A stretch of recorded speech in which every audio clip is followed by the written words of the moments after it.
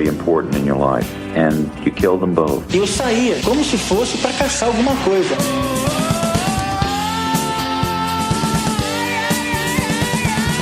I got this fantasy. I started working out this fantasy online.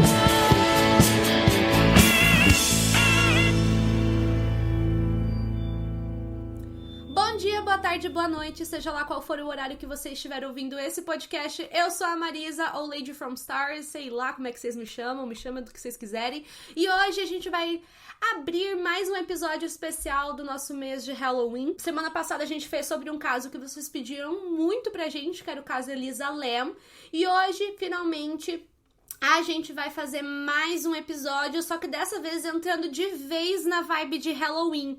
Hoje a gente vai falar sobre um caso bem conhecido no meio, assim, dos casos de terror, que inspirou diversos livros, diversos filmes, acho que até séries, se duvidar, que é o caso Amityville. Amityville foi uma casa onde aconteceu um caso muito brutal e que muitas pessoas começaram a alegar que era uma casa assombrada, enfim, a gente vai entrar em mais detalhes. E como vocês sabem, quando a gente começa o nosso podcast, a gente tem que fazer aquele nosso merchan, não tem como, gente, eu sempre falo, manter um podcast é uma coisa muito difícil, porque a gente mantém no nosso próprio bolso. Se você quiser ajudar a gente, é muito fácil, é só você ouvir a gente pelo Orelo, por exemplo. A Orelo é um aplicativo gratuito, onde você baixa e você consegue ouvir praticamente qualquer podcast que você ama. E só de ouvir a gente por lá, você já tá apoiando apenas um podcast, porque toda vez que você dá um play em qualquer episódio nosso, a gente já ganha alguns centavinhos, né, gente? Em cada play que vocês dão. Pra quem quiser apoiar a gente, vocês podem apoiar todos os meses lá. A gente tem faixas de apoio que variam de 5 a 20 reais e cada uma dessas faixas tem um benefício. Algumas dessas faixas a gente faz sorteio de livros de casos criminais, a gente tem um grupinho nosso, a gente pede sugestão, a gente menciona o nome, enfim, gente, tem tudo bem explicadinho lá no Orelo. Mas acho que a parte mais interessante pra todos são os sorteios de livros de casos criminais que vão rolar em breve. Eu já falei pra vocês, a gente tá com os 2 livros, os 2 primeiros livros separados pra sorteio, mas a gente ainda não rolou, porque a gente tá trabalhando e estudando muito, eu e o Thiago, ultimamente, mas já tá separado, já tem o livro de vocês lá pros apoiadores. E também vocês podem apoiar a gente mandando um Pix pra gente. A gente teve alguns Pix misteriosos essa semana, mas eu vou esperar pra ler eles juntos com o Thiago. E esse Pix, gente, vocês podem mandar para o e-mail contato@apenazumpodcast@gmail.com. Conta no banco tá no meu nome, né, Marisa? É só mandar para contato@apenazumpodcast@gmail.com o Pix, literalmente de qualquer valor, né, gente? Pode ser de 1 centavo, pode ser de 1 centavo, pode ser de 1 milhão de reais, pode ser, a gente vai aceitar do mesmo jeito. Não, brincadeira, tá, gente? E também esse mês, por ser uma vibe de Halloween, a gente quer muito tentar fazer um episódio especial com casos sobrenaturais dos nossos ouvintes, né, dos nossos seguidores. Então, se você tem algum caso sobrenatural, um caso bizarro envolvendo fantasma, alienígena, enfim, mula sem cabeça, curupira, saci, sei lá, toda avó tem uma história de saci, né? Não sei vocês, mas toda avó que eu conheço tem uma história envolvendo saci. Se a sua avó tem uma história envolvendo saci também, você pode mandar pra gente. Vocês podem mandar lá no nosso Instagram. Se você não segue a gente lá, siga, por favor. E você pode mandar também pelo e-mail, né? Que é o mesmo e-mail que eu disse antes, né? Que é o contato@apenazumpodcast@gmail.com. Esse podcast a gente tá gravando junto com o pessoal da minha live aqui no TikTok. Eles comentaram também sobre a história do boto, do lobisomem. Assim, gente, se vocês têm, mandem pra gente, que a gente tá muito sedento pra fazer esse episódio especial. Eu vou contar os meus casos sobrenaturais também. Mas, gente, chega de enrolação. Já enrolei vocês demais, ó só. Já são 4 minutos que eu não calo a boca, então vamos pro caso de hoje. Atenção, esse podcast não é recomendado para pessoas sensíveis, pois pode conter a descrição de violência psicológica, física e sexual. Não diga que você não foi avisado. Continue agora por sua conta e risco. Então vamos lá, gente. Esse caso vai ter a sua grande repercussão no dia 13 de novembro de 1974, em uma casa em Amityville, Long Island, Estados Unidos, Nova York. Que era uma casa normal, uma casa típica do subúrbio norte-americano, e vai ser nessa casa que vai ser palco de uma das histórias mais sanguinárias, né? Um dos assassinatos, um dos múltiplos assassinatos mais sanguinários da história dos Estados Unidos. O que ocorre, né? No meio da noite desse dia, 13 de novembro de 74, Ronald Defoe Jr., que tinha 23 anos na época, matou com um rifle de calibre 35 os seus 6 parentes. Então, quem eram esses parentes? Eram os pais dele, a Louise e o Ronald, e os irmãos dele. Dawn, que era a única menina, que tinha 18 anos, o irmão mais velho mesmo era o Ronald, que tinha 23, e o Matthew ali, que tinha seus 9 anos, era o irmão mais novinho. O que acontece, gente? Naquela madrugada, o Ronald matou todos eles, cada um na sua cama. Isso é uma coisa que tem um mistério muito grande, que lembra muito um outro caso que eu contei aqui no podcast, que era o dos assassinatos de Villisca, que todos eles foram encontrados mortos, cada um em sua cama. E ele usou um rifle calibre 35, e até hoje não se sabe como que ninguém ouviu os tiros, como que ninguém acordou durante todo esse processo. Mas cada um deles foi encontrado morto na sua cama e o Ronald assassinou todos eles naquela madrugada. Embora ele tenha confessado os atos, tempo depois, a defesa do Roe disse que, na verdade, ele era insano, que ele era maluco. E ele acabou falando durante seu julgamento que ele tinha sido guiado por vozes malévolas. E ele não conseguiu controlar o seu comportamento diante dessas vozes que pediam para que ele matasse todos os seus familiares. Tanto que muitas pessoas acreditam até hoje que ele realmente ouvia vozes e que vozes que estavam naquela casa, vozes sobrenaturais, demoníacas, seja lá o que for, mandaram ele cometer esses assassinatos, Porém, essa alegação não colou muito bem. E ele foi considerado culpado do assassinato da família. Só que o que acontece, O que fez com que achassem que, na verdade, ele sabia muito bem o que ele estava fazendo? É que depois do assassinato da família, a primeira coisa que ele fez foi sair correndo e ir até um bar, onde ele dizia que a família dele tinha sido morta por mafiosos. O pessoal que estava nesse bar não entendeu bolhufas, não entenderam nada, e depois a polícia chegou no local e encontrou todas as pessoas mortas. Em cada um dos interrogatórios, o Ronald falava uma coisa diferente. Tanto que em um dos interrogatórios ele disse que, na verdade, o plano é que eles matassem o pai juntos, Então o Ronald e a irmã mais velha, a Dawn, teriam planejado juntos de matar os pais e os irmãos, só que na hora do plano, a Dawn teria desistido dos assassinatos e depois ele teria matado ela também. Só que a polícia descartou muito isso, até porque ela estava na cama dela quando ela foi assassinada e parecia que ela tava muito de boa, e isso foi tipo uma teoria que ele falou na hora, e como eu disse, cada interrogatório ele falava uma coisa diferente. Primeiro ele disse que a casa tinha assaltada, depois ele disse que tinham sido mafiosos, depois ele disse que o plano na verdade era da irmã dele, e depois, que foi a última alegação que ele teve, que ele falou que ele tava ouvindo vozes que mandaram ele cometer esses assassinatos, que eram vozes que estavam naquela casa. I'm gonna kill you. E por aí vai. Então, assim, ele não era muito bom, assim, como fonte, pra gente ter certeza sobre o que realmente aconteceu. O que a gente sabe é que o Ronald sempre foi uma pessoa mimada. Ele era aquela pessoa que conseguia absolutamente tudo que ele queria na vida. Então, assim, os pais sempre deixaram ele morar na casa, mesmo ele estando numa faixa etária que normalmente as pessoas nos Estados Unidos naquela época já não moravam mais com os pais. E além dele morar com os pais, ele ganhava uma mesada semanal para que ele pudesse comprar as coisas que ele queria. Tanto que um relato, assim, só pra vocês terem uma noção de como ele era mimado e bem tratado, vamos dizer assim, pelos pais, é que com 16 anos ele ganhou uma lancha de presente, Ele ganhou um barco. E além disso, ele nunca fez questão de ajudar financeiramente na casa, ou ajudar na casa de qualquer forma, tanto que ele nunca conseguiu um emprego direito, assim, não conseguia se manter em nenhum emprego. Então a gente já percebe que ele era uma pessoa muito estranha, que ele era uma pessoa mimadinha. Eu vi que alguém colocou ali no chat da live, Algumas pessoas dizem que o pai do Ronald era meio abusivo e a mãe dele era meio passiva em relação a esses abusos, Abusivo numa questão de que ele tentava disciplinar os filhos, que ele era um pouco violento com os filhos, vamos dizer assim, mas a mãe dele não fazia absolutamente nada. Outra coisa que a gente sabe sobre o Ronald é que ele usava muitas drogas, e isso era uma coisa que incomodava muitos pais e todas as pessoas da família. Então, assim, ele usava muitas drogas, principalmente LSD, maconha, que eram drogas que eram comuns na época, e como a gente já explicou anteriormente em vários episódios, se a pessoa já tem uma condição psicológica, isso pode piorar muito, e se a pessoa consome principalmente LSD, drogas mais alucinógenas, de uma forma exacerbada, isso realmente pode ser que dê algum dano cerebral irreversível nela, né? A gente já discutiu isso várias vezes em vários outros episódios.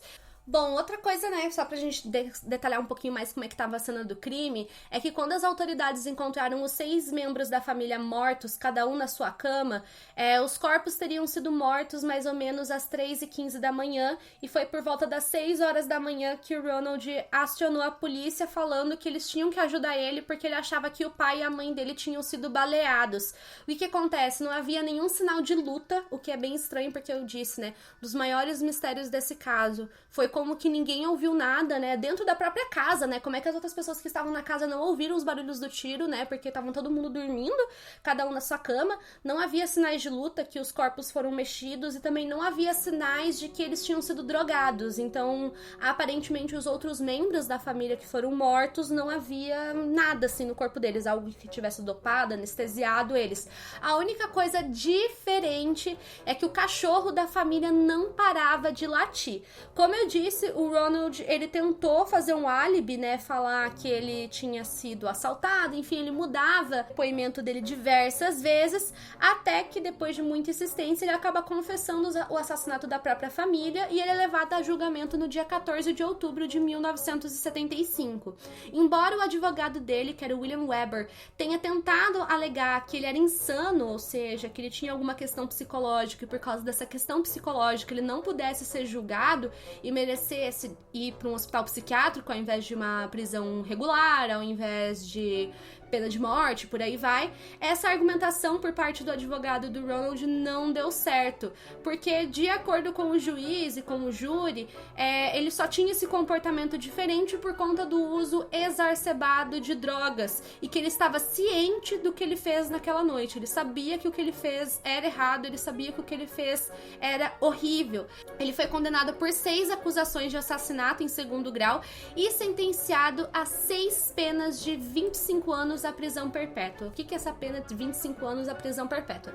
É uma pena variável.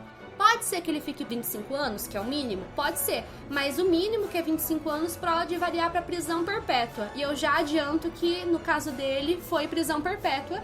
Inclusive, ele morreu na prisão em 2021 e ele nunca foi uma pessoa que deu entrevistas nem nada do tipo. Acho que quase não tem entrevista com ele, aliás, porque ele sempre quis se manter longe da mídia, assim, não falar muito sobre o caso.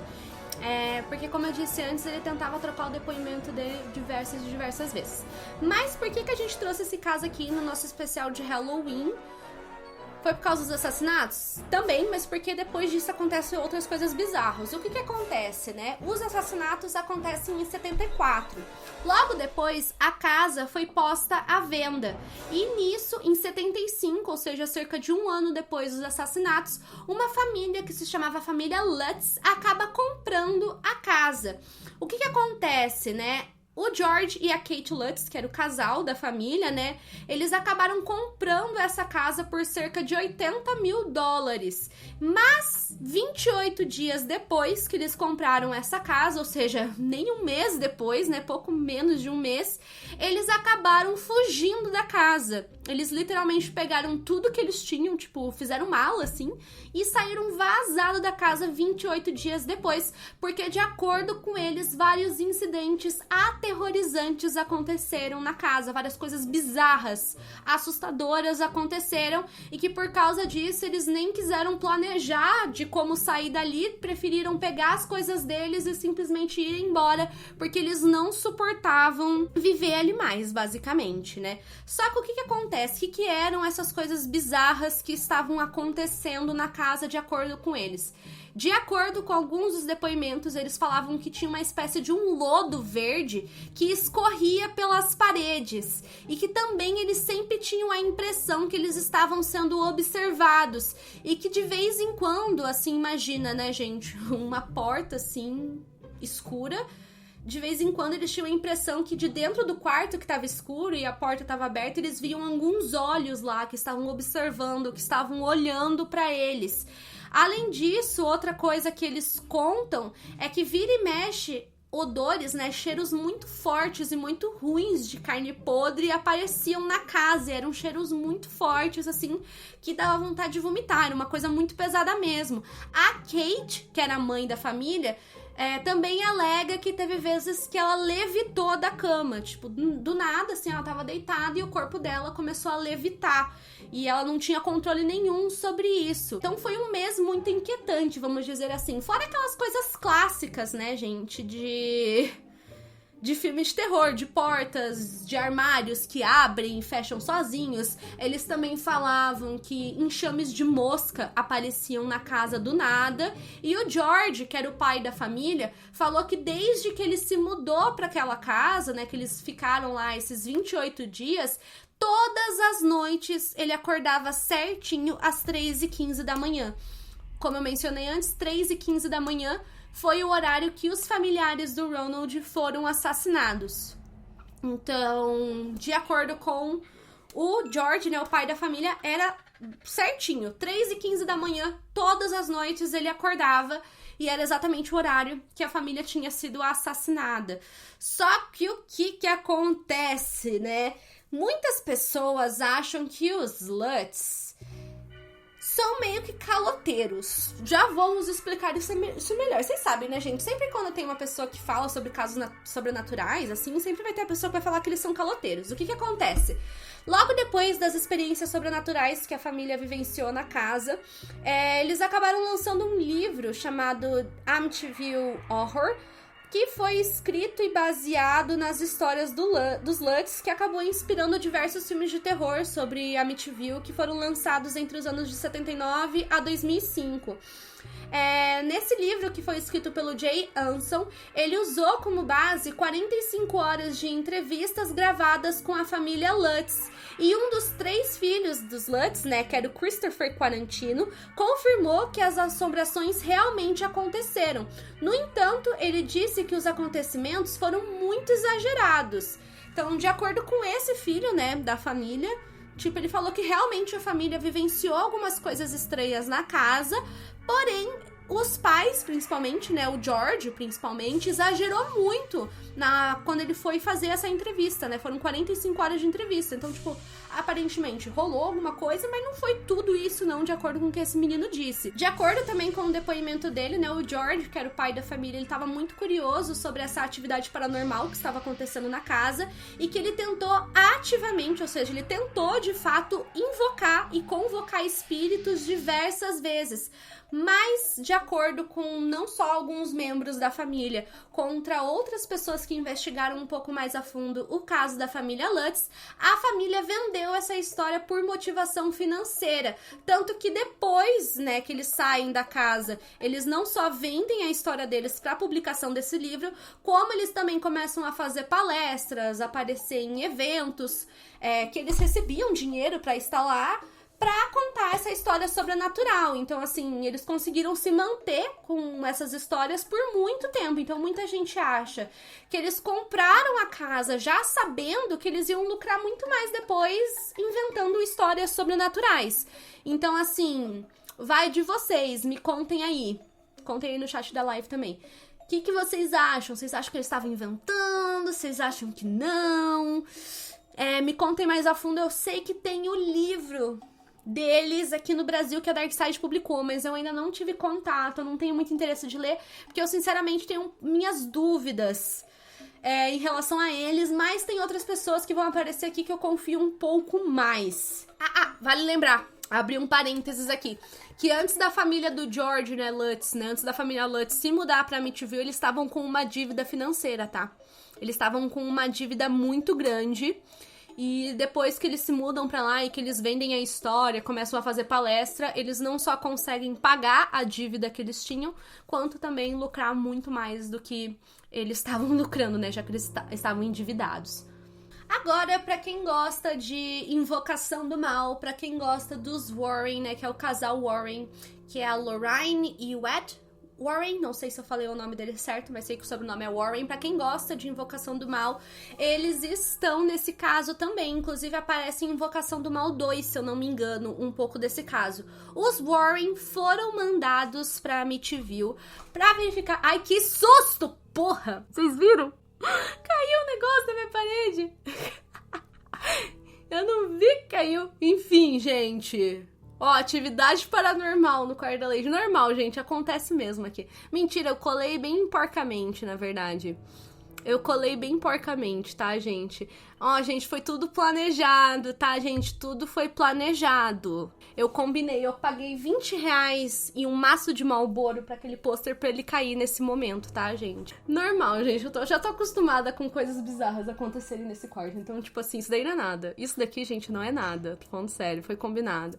Eu paguei o pôster pra ele fazer isso. Mas é porque essa fita que eu colei, ela é bem porca. Mas enfim, mas foi foda, porque eu vou falar dos Warren em Invocação do Mal. O primeiro é um dos poucos filmes de terror que eu me caguei. E assim, gente, pra quem tá ouvindo o podcast e não entendeu o que aconteceu, eu estou gravando a live junto, né? Caiu um pôster da minha parede bem na hora que eu fui falar dos Warren. Então assim, gente, eu quase infartei.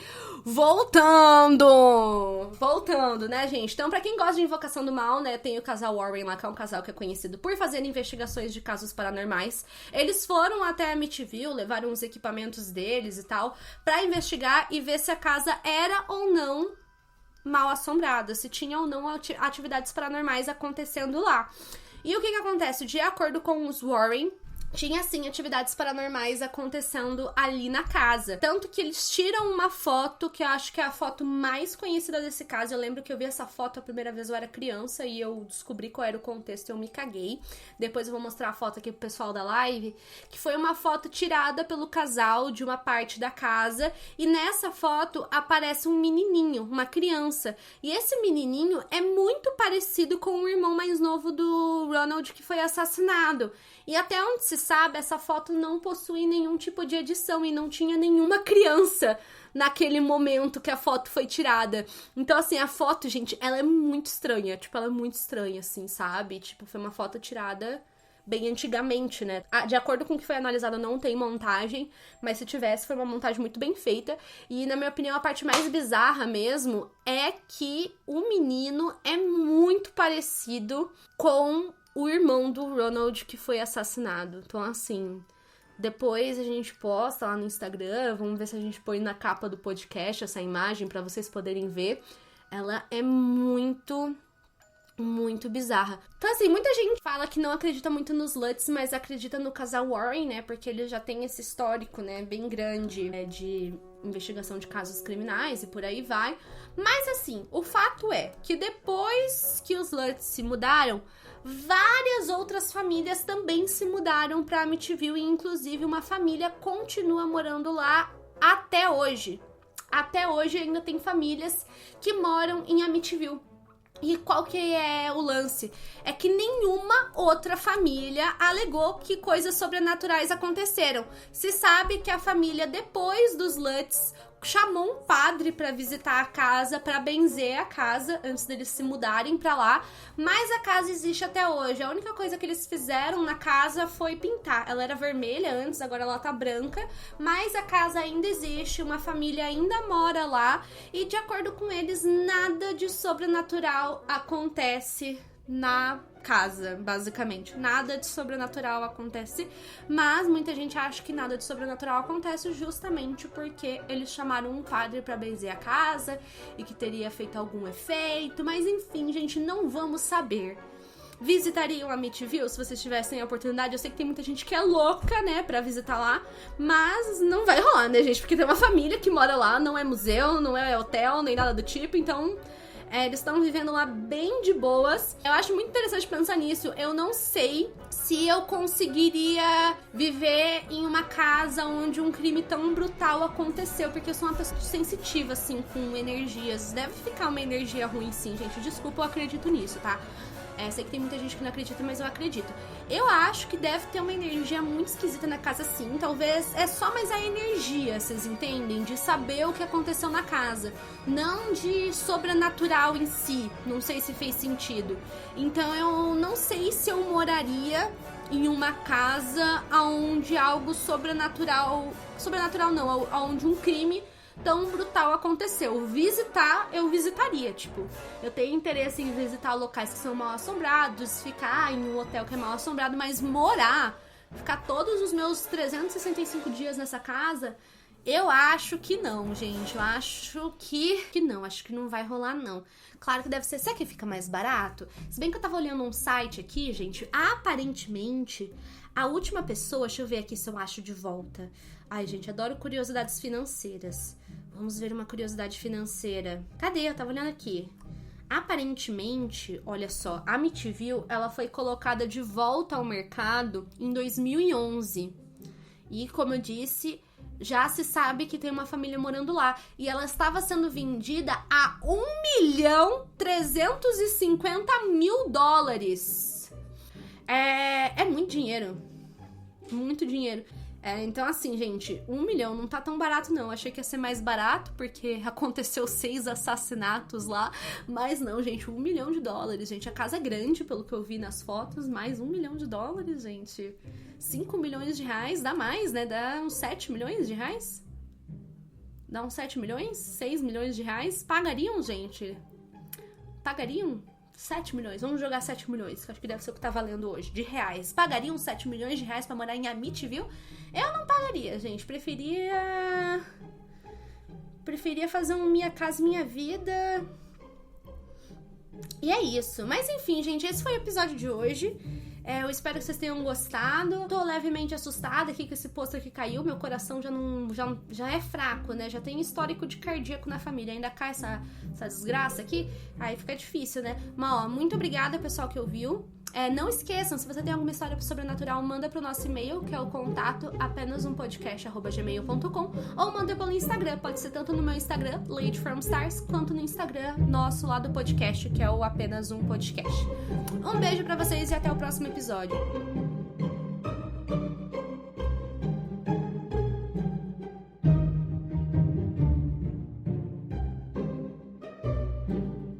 Não caiu o outro, gente. Terminou de cair um.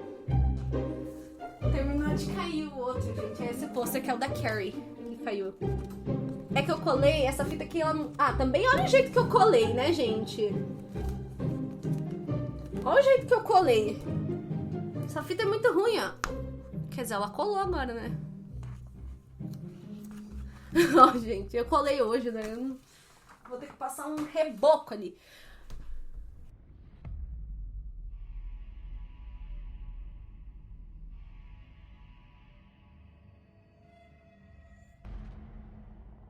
Please like and subscribe to the channel.